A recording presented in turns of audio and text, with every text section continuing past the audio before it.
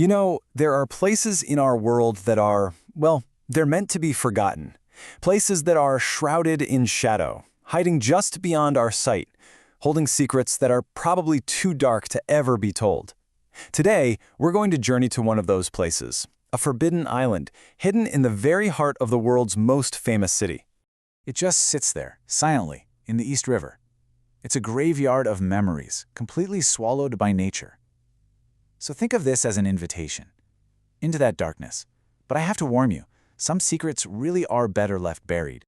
You are not going to find this name on any tourist map, and that's because it isn't a destination. For more than 100 years, it was a point of no return, a place of absolute exile. What you're about to see is the story of an island that the city of 8 million people just decided to let the forest swallow whole. So, let's step behind those rusted gates. The first chapter of this island's history was written in fear, but not of ghosts. Not yet, anyway. It was fear of something much, much more real. The fear of contagion, of sickness, and of a death spent utterly alone. This was Riverside Hospital. Think of it as a one-way ticket for anyone with the most dreaded diseases of the time: smallpox, typhoid, scarlet fever. If you were contagious, the city sent you right here, to be cut off from the entire world permanently. And for decades, this was the island's grim purpose, just a repeating cycle of sickness and isolation, which all led to its most famous and maybe its most tragic resident. This was the final prison for the woman they called Typhoid Mary. Now the thing is, she was perfectly healthy, but she carried a deadly disease, a silent threat. So they captured her and exiled her here, to live out the rest of her days in a tiny cottage, forever just staring at a city she could never, ever touch again. 23 years. For 23 long years, she was trapped on this small patch of land. Some people say her ghost still wanders the shoreline, a lonely figure just gazing at the distant, indifferent lights of Manhattan. But you know, the island's darkest day, it wasn't born from disease. It came from the water, delivered by fire, and a truly horrifying twist of fate.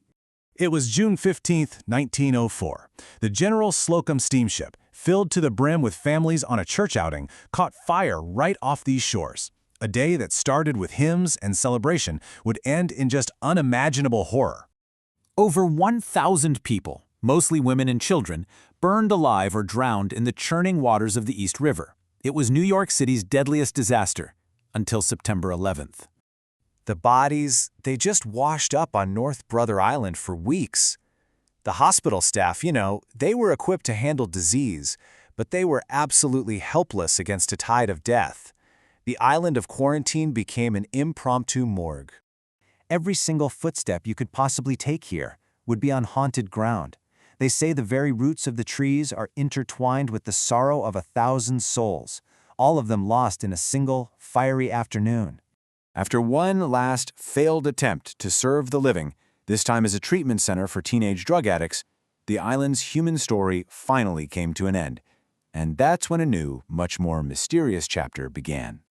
The gates were locked for the very last time, and now it just belongs to the birds and the trees. Trying to enter is a federal crime.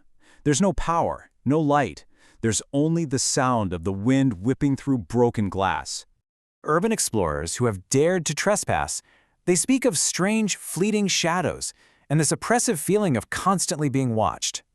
And why do police drones so often malfunction when they're flying over these ruins? I mean, is it some kind of magnetic anomaly, or is it the presence of those who never left?